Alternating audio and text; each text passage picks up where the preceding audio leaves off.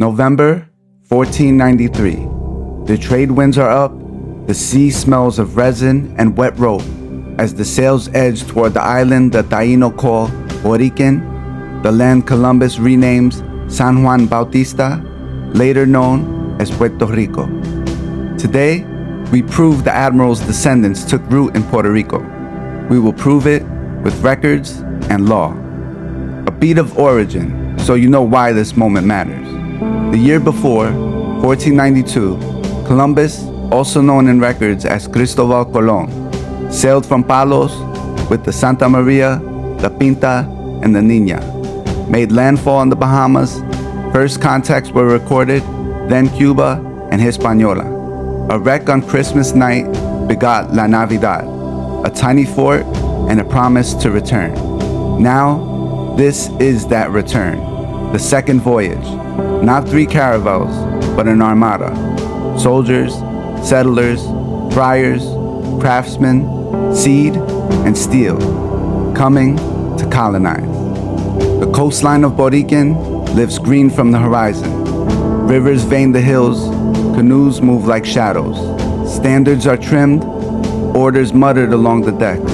This is the hinge where exploration hardens into settlement and where the surnames begin its long walk into our parish books. And because genealogy rides with history, I set my ledger.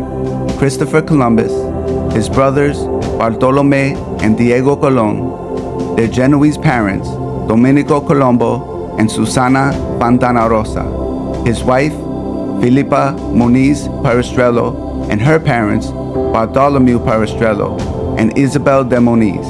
It's that circle who defines who can inherit, who counts as legitimate descendants of the family of the Admiral Christopher Columbus, discoverer of this new world. From this shore forward, I will test every claim against a document, wills, codicils, robanzas, censuses, dispensations, until the Colon bloodline stands here beyond question. I am Dyron Castro Torres, the genealogist, and this is Christopher Columbus's Descendants in Puerto Rico, a genealogist's proof. This record is the codicil to Columbus's last will, his final addendum that locks in how his mayorazgo, titles, pious bequests, and family instructions are to be carried out. It exists to settle succession, reaffirm obligations, and tell his heirs exactly how to preserve his public identity. Pope Alexander VI issued the 1493 bulls that defined Castile's claims in the newly discovered region. That backdrop explains the legal and spiritual weight Columbus gives here to his titles, duties, and devotions. On his origin, the document stands alongside contemporary proofs that Cristobal Colon was born in the Republic of Genoa. Columbus himself consistently affirmed his Genoese birth. This is the identity his heirs defend and inherit. Columbus also orders his heirs to use the exact signature device, a small pyramidal monogram with the elements SSAS and XMJ set in a precise triangular layout. The most straightforward way of reading this treats the SSAS as a devotional motto, servant of the Most High Savior, and the XMJ as Christ, Mary, and Joseph, arranged graphically. To the right of the monogram, he writes his name he favored in pious abbreviation, XPO Ferens. That's the medieval contraction of Christoferens, Christ-bearer, his Latinized way of saying Christopher. Columbus was a Christian. His devotional monogram and the self-chosen XPO Ferens leave no doubt, and even his given name, Christopher, meaning bearer of Christ, is inherently Christian. In short, a Genoese mariner's final legal instrument, tying inheritance, piety, and public signature into one legacy, ending with a clear order to his heirs: keep the line of succession, keep the obligations, and keep my sign exactly as I said it. August 25th, 1505, the will of Christopher Columbus. Columbus sets up his mayorazgo, the entailed family estate and offices, and names exactly who inherits and in what order. First, my son, Don Diego, he says. If Don Diego leaves no legitimate legal male heirs, then it passes to my son Don Fernando. If Don Fernando leaves no legitimate legal male heirs, then it goes to my brother, Don Bartolome Colon. And failing his legitimate legal male heir, then to my other brother, Don Diego Colon. The will states it must pass from one to the other next of kin in my family, always preferring the legal, legitimate male line. No female may inherit unless the male becomes extinct, and then the nearest female of my family takes it. That's the entire family Columbus names in the line of succession. 2 sons, Diego and Fernando, and 2 brothers, Bartolome and Diego. No one else. Remember these names. This is the family, and I'm emphasizing the word family of Christopher Columbus in the legal sense that will matter for everything else that follows. So the takeaways lock in. The will defines Columbus's heirs by law. The legitimate family of Christopher Columbus, Diego, Diego's legitimate male issue, Fernando, Bartolome his brother, and Diego his brother. Legitimate or legal means born in lawful wedlock, the controlling word for who does and who does not continue the Colon family, title, and estate. Remember these terms, legitimate and family, front of mind. Those are the keys I'll use later to test the claims of descent. And with this, 1505 still fresh in our hands, the trail leads naturally to the next piece of evidence, the 1511 will of Don Bartolome Colon, and that's where we're heading next. August 30th, 1511. This is the codicil of Don Bartolome Colon, signed en Las Cuevas, Sevilla. It confirms his earlier will and makes precise changes that matter for kinship, most importantly, legitimacy. First, he cancels a prior bequest to Catalina Marron, writing Catalina Marron es defunta en mi vida. He gives her no title. The silence is decisive. Catalina Marron is not his lawful wife. Second, he acknowledges a child, Doña María mi hija. He states she is about 3 years old and provides money either if she professes to the convent of San Leandro or if she marries, as a dowry. Crucially, he does not call her legitimate. In this family, when the heir is lawful, the documents say so. Here, they don't. Therefore, Maria is recognized as his daughter, but not as a legitimate heir. Genealogical takeaways. No lawful spouse. Catalina Marron is not his wife. One acknowledged daughter, Doña María mi hija, not called legitimate, therefore not an heir to the line. Succession moves to Diego Colon, son of Christopher Columbus. Remember, in this house, the single word legitimate determines who belongs to the legal family and who does not. And now, our next clue. February 22nd, 1515, Diego Colon, the brother of Christopher Columbus's, last will and testament at the monastery of Santa Maria de las Cuevas in Sevilla. It records his burial wishes and the formalities around depositing the body at the chapel at Las Cuevas. It identifies him as Don Diego Colon, vecino de Sto Domingo and the island of Hispaniola. Genealogical bottom line. The document concerns Diego Colon, brother of Christopher Columbus. It does not name a wife or any children of Diego. Instead, it speaks of an heir, specifically Maria, legitimate daughter of his nephew, Diego, acting with the executor, evidence that Diego left no children of his own. Therefore, for the lawful line, the only legitimate descendants of the family of Christopher Columbus proceeds through Columbus himself, not through his brothers, Diego or Bartolome. Keep that distinction front and center as we move into the broader family proof. Legitimate descent from Columbus passed through him, not through his brothers. And that's where we find the next clue. May 2nd, 1523. This is the testament of Diego Colon, the admiral's legitimate son and heir, now head of the Colon house in the Indies and Spain. This makes the essentials plain: legitimacy, succession, and family. First, the framework. Diego writes as the lawful holder of his father's titles and entails. The mayorazgo created to keep the admiral's dignities, incomes, and obligations intact across generations. In practice, that means everything here revolves around legitimate blood and the line of succession it sources. You'll hear me repeat the word legitimate. It's the legal key that locks in this lineage. Second, the nuclear family. Diego's lawful wife is Doña Maria de Toledo y Roja, the highborn niece of the Duke of Alba. In his instruments, she typically appears as guardian and administrator for the children, underscoring that the estate and the offices are to be managed for their benefit in strict order of birth and legitimacy. Third, the legitimate children. The testament establishes the brood that matters for succession, legitimate sons and daughters born of his marriage to Maria de Toledo. The primogeniture focuses on the eldest son, Don Luis Colon, designated to carry the admiral's chain of titles and the mayorazgo forward.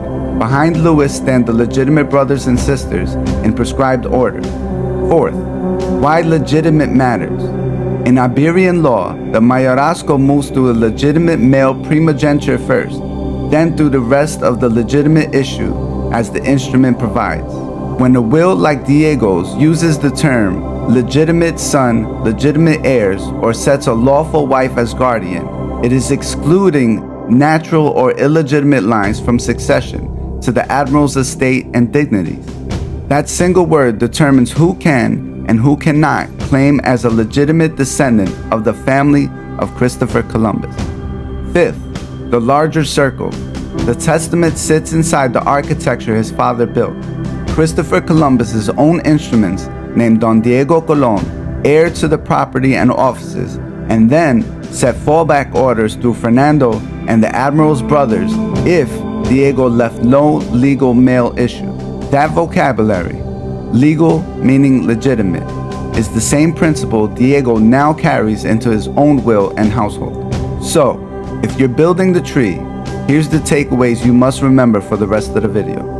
The legitimate descendants of the family of Christopher Columbus, the line with the right to the admiral's titles and entail, runs through his son, Diego Colon, and his wife, Doña Maria de Toledo, headed by Don Luis Colon, and then the other legitimate children in order. Keep that fixed in your mind whenever you hear someone claim to be a legitimate descendant of the family of Columbus. In law and in the testaments, legitimate family isn't a compliment, it's a gate. Next, we'll keep tracing how this mayorazgo moves and which legitimate heirs it recognizes.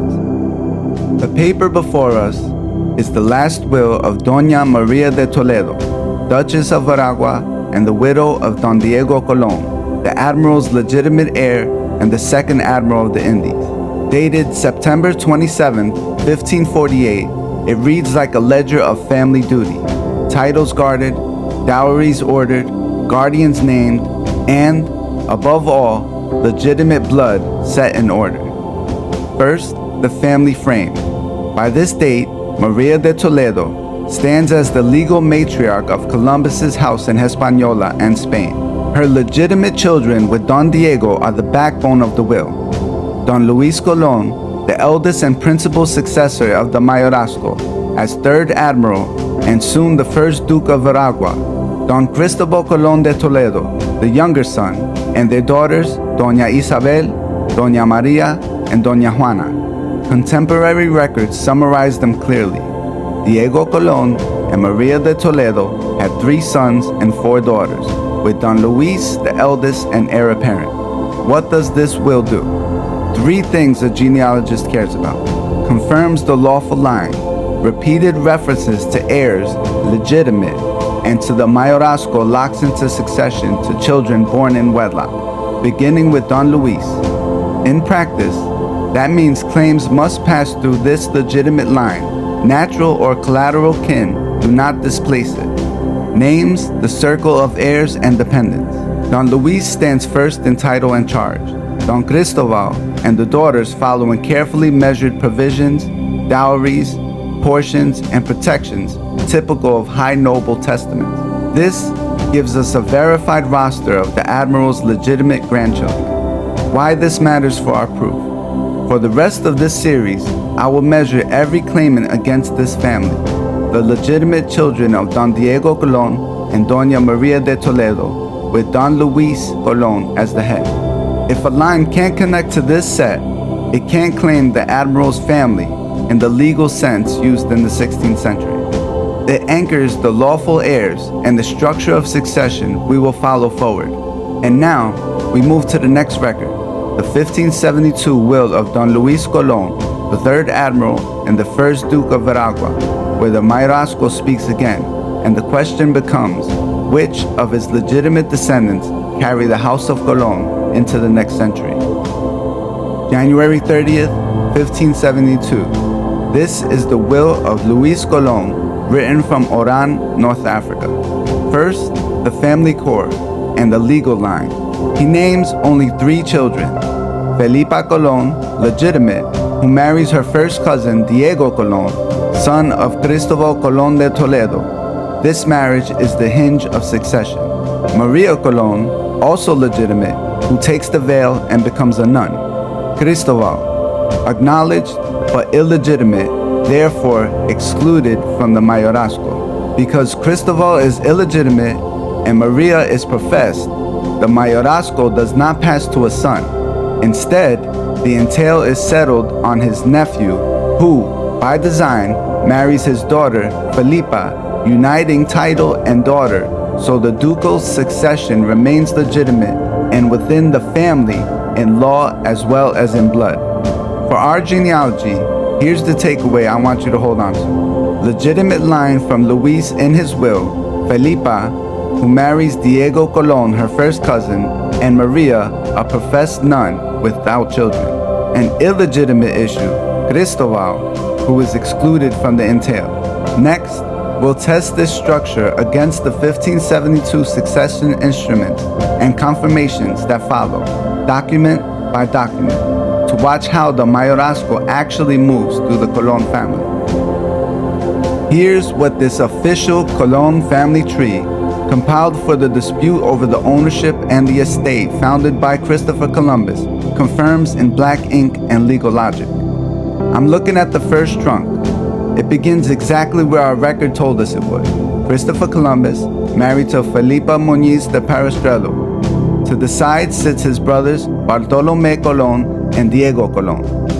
The chart marks what their own testaments already proved. Both brothers died without legitimate issue. That means, by the family's own lawsuit, the legitimate descendants of the family of Christopher Columbus proceed only through Christopher himself. From Columbus, the line splits in 2 circles.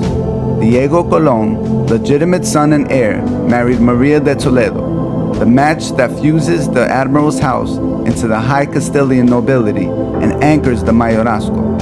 And Fernando Colon, the scholar, who dies without children, no heirs pass through him. The chart is explicit.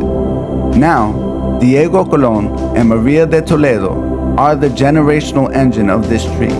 Their children appear as the next ring of circles, each captioned with the marriage and consequence. Maria Colon de Toledo, wife of Sancho de Cardona, Admiral of Aragon. The lawsuit's tree notes their 2 children, and that both lines ended without legitimate heirs. The branch stops there. Juana Colon de Toledo, wife of Luis de la Cueva. This is the line that peoples New Spain. Their heirs established themselves in Mexico. So if your family traditions point there, this is one of the principal gateways. Isabel Colon de Toledo, wife of Jorge de Portugal. Their posterity returns and persists in Spain, another noble conduit for their House of Colon. Luis Colon de Toledo, the first Duke of Veragua. The chart and his 1572 testament agree. He leaves 2 legitimate daughters and 1 illegitimate son. Felipa Colon, legitimate, marries her first cousin, Diego Colon, son of Cristobal Colon de Toledo. This marriage is not a romance on the chart. It is a succession device that keeps the Mayorazgo in blood and legitimate. Maria Colon, legitimate, becomes a nun, she carries no issue. Cristobal, illegitimate, and therefore excluded from the entail, and he dies without heirs. Cristobal Colon de Toledo, the brother whose line matters for the fate of this entail. He marries Ana de Pravia, and they have Diego Colon, the cousin who marries Felipa Colon and dies without heirs. With that death, the mayorazgo passes laterally to his full sister, Francesca Colon de Toledo, wife of Diego de Ortegon, ancestors of Cristobal Colon de Carvajal, the present 18th Duke of Veragua. Before Ana de Pravia, Cristobal Colon de Toledo had married Magdalena de Guzman and had Maria Colon de Toledo, wife of Luis de Avila. And there, that last circle is where I want to pause the camera. The official lawsuit tree stops with Maria Colon de Toledo, wife of Luis de Avila, with only 2 children. My next task is to put that to the test. I'm going to open baptismal entries and wills that add names the lawsuit left off, and show you exactly how many children Maria Colon de Toledo and Luis de Avila actually had, and where those lines went. The lawsuit diagram gives us a legal skeleton, legitimate versus illegitimate, who inherits and who cannot. Now, let's flesh it out with parish ink. And that's where I find the next clue: Maria Colon de Toledo, Luis de Avila, and the children the chart does not show. I'm showing a provanza of merits, a sworn legal dossier created so a nobleman could prove identity, service, and most importantly to us, kinship. In it, the petitioner identifies himself again and again as Luis de Avila Colon, hijo legítimo de Luis de Avila and Maria Colon. The word legítimo is doing all the work. It tells the court and us that Luis was born in lawful wedlock and therefore qualifies to inherit status and offices tied to blood. From there, the document walks us up his maternal ladder. Maternal grandparents, Cristobal Colon de Toledo and Magdalena de Anaya Guzman. Great-grandparents, Don Diego Colon, Admiral of the Indies, and Doña Maria de Toledo. The text invokes Cristobal Colon, primero almirante. In other words, this provanza formally derives Luis from Christopher Columbus himself. Counting generation, Christopher Columbus, Diego Colon, Cristobal Colon de Toledo, Maria Colon, Luis de Avila Colon. That makes Luis the second great-grandson of Christopher Columbus and the great-grandson of Diego Colon, all through legitimate marriages named on the page. Why does this matter? Because these lawsuits and provanzas were the gatekeepers of privilege. The mayorazgos, titles, and dignities flowed through legitimate lines. This record certifies the Avila-Colon connection isn't a rumor, it's sworn genealogy. And that's where I find the next clue, evidence of the brothers and sisters the chart left off. June 28, 1621. In a pleading before the judges of the Plito de Veragua, Luis de Avila Colon, the same man whose merits we just examined, now using the name Luis Colon, answers under oath to a very specific question. Did he have an older brother? His response is unequivocal. Yes, his brother's name was Bernardo, styled in the record as Don Bernardo de Avila or Don Bernardo Colon, son of Doña Maria Colon. Both brothers using the surnames de Avila and Colon interchangeably. For genealogy, that single sentence does 3 things at once. Confirms a sibling omitted from the printed official tree. The chart we saw earlier lists Maria Colon de Toledo with limited issue. This 1621 court filing expands the household. Luis had at least one brother, Bernardo. Shows the maternal line guiding their identity. The text calls him hijo de Doña Maria Colon. That keeps us rooted in the legitimate Colon blood, Maria being the daughter of Cristobal Colon de Toledo and the granddaughter of Diego Colon. And it demonstrates surname practice in this branch. The clerk writes the brother's name in 2 ways, de Avila or Colon. The same alteration appears for Luis, in the very petition using only Colon.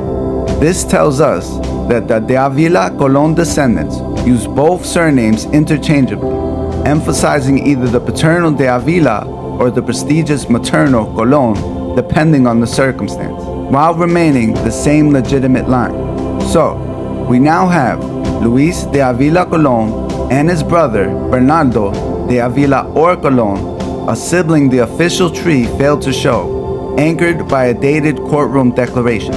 And here's where the trail heats up. This isn't the only brother. In the next record, I'll show you more children of Maria Colón, names the printed chart left off in the margins, but the lawsuits preserved in ink. This is a parish entry dated July 20th, 1591. Ink running, but legible enough to lock in the lineage in place. The priest records a baptism of Magdalena, hija de Don Luis de Avila and Doña Maria Colón, explicitly marked as su mujer, meaning legitimate. The sacramental formula tells us exactly what we need. Parents, Don Luis de Avila and Doña Maria Colón, the same couple we traced through the Veragua suits. Child, Magdalena, baptized legitimately, adding another daughter to the household, one omitted from the printed official tree. Place.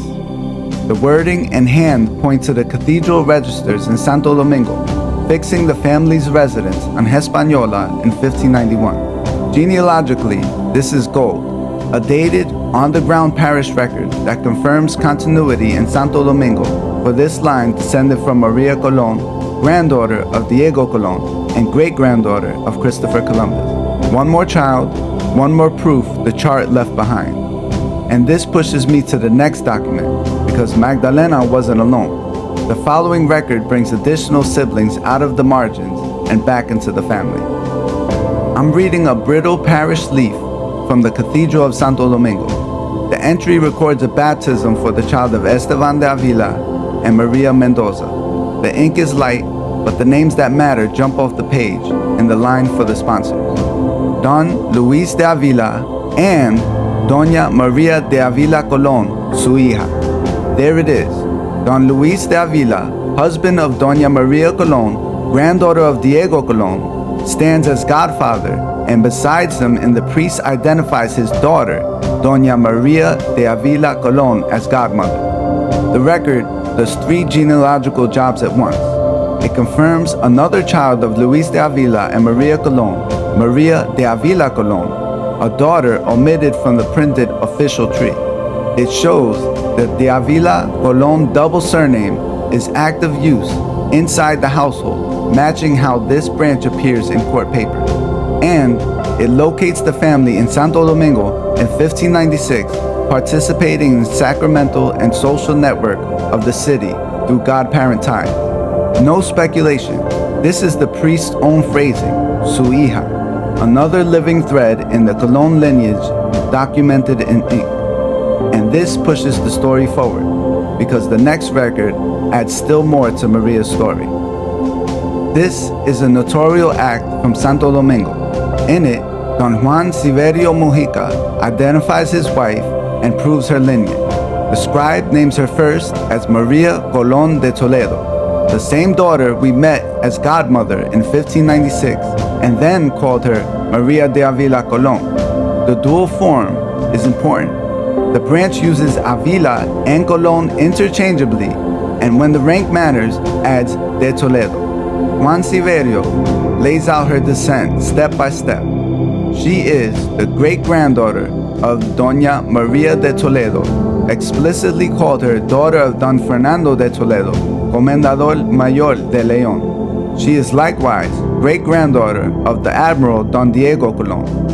Those two statements lock her into a legitimate line from the Admiral, Diego Colón and Maria de Toledo, their son, Cristobal Colón de Toledo, his daughter, Maria Colón, who marries Luis de Avila, their daughter, Doña Maria de Avila Colón, also known as Maria Colón de Toledo, the woman in this 1606 act, wife of Juan Severio Mujica. So this single record does 4 genealogical jobs. Confirms the marriage of Maria de Avila Colón, also known as Maria Colón de Toledo, wife of Don Juan Severio Mujica, in Santo Domingo by 1606. Proves her legitimacy by tying her twice to Diego Colón and Maria de Toledo, naming Fernando de Toledo as Maria's father. It shows the surname practice in this house, the Avila and Colon used together, and de Toledo added for rank and clarity. And it pins a place and date for the Colon de Avila descendants still residing in the city in the early 17th century. This is exactly what we look for in colonial proofs. A spouse naming his wife's parents and grandparents to establish status and rights. With Maria now securely placed as legitimate great-granddaughter of the Admiral and Virreina, we can now follow this couple forward, before we can find more children that were omitted from the official tree. This is the 1606 Census of Sto Domingo, and here's what it tells us. Quick, clear, and genealogically useful. I'm looking at entry number 47, where Don Juan Severio Mujica, husband of Maria Colon, lives with his children and family. The record explicitly says hijos. In colonial Spanish, that plural defaults to sons. Daughters may be included in the household, but if they were exclusively girls, the scribe would have written hijas. So, this is evidence that Juan Severio Mujica and Maria Colon had at least one son living with them in Santo Domingo in 1608, and likely additional children as well. That one word, hijos, anchors our next step, because it places male line descendants in this household on the island at the same time. And that leads us directly to our next clue, their son, Juan Severio Mujica. Let's follow him. June 18, 1618, Santo Domingo. I'm reading a baptism that ties our Columbus line to the civic power in the capital. The entry names Cristobal Mujica, baptized legitimate son of Don Juan Severio Mujica, regidor, and Doña Jerónima Pedro Alvarez. Regidor is not a decoration. It's a municipal office of the Cabildo, a seat in the city's governing table. The title signals standing, property, and voice. This Juan Severio Mujica is the son of the earlier Juan Severio Mujica and Maria Colon, the Columbus descendant we've been following through the censuses and marriage proofs. So the chain is intact. Colon blood anchored in Santo Domingo and now carried by a child Christian Cristobal, a name chosen with purpose, honoring his forebearer, the Admiral Christopher Columbus. Legitimacy is explicit, lineage is public, status is written right into the margin by the word regidor, and this infant, Cristobal Mujica, will not only stay a name in the book, he will carry this line into new ground. Next, we follow where his path leads. Puerto Rico. April 12, 1652, San Juan, Puerto Rico.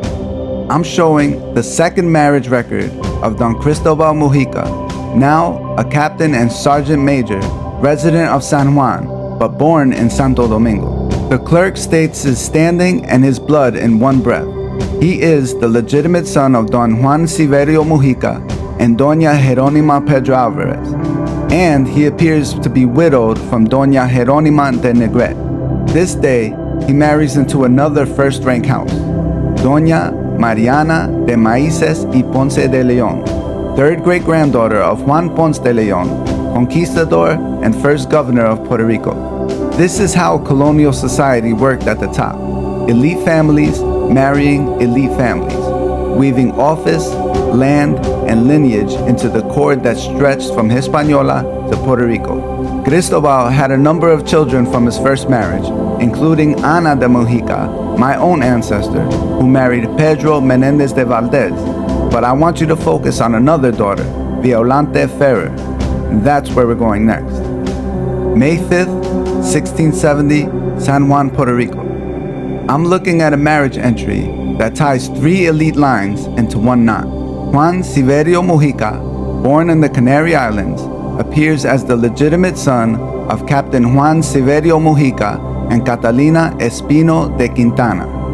He marries Violante Ferrer, legitimate daughter of the aforementioned Captain Cristobal Mujica and his first wife, Jerónima Negrete. The priest notes a dispensation of consanguinity of third with the fourth degree. That means the couple shared ancestry close enough to require church permission, proof that these families were already interlaced. Here's the shared root.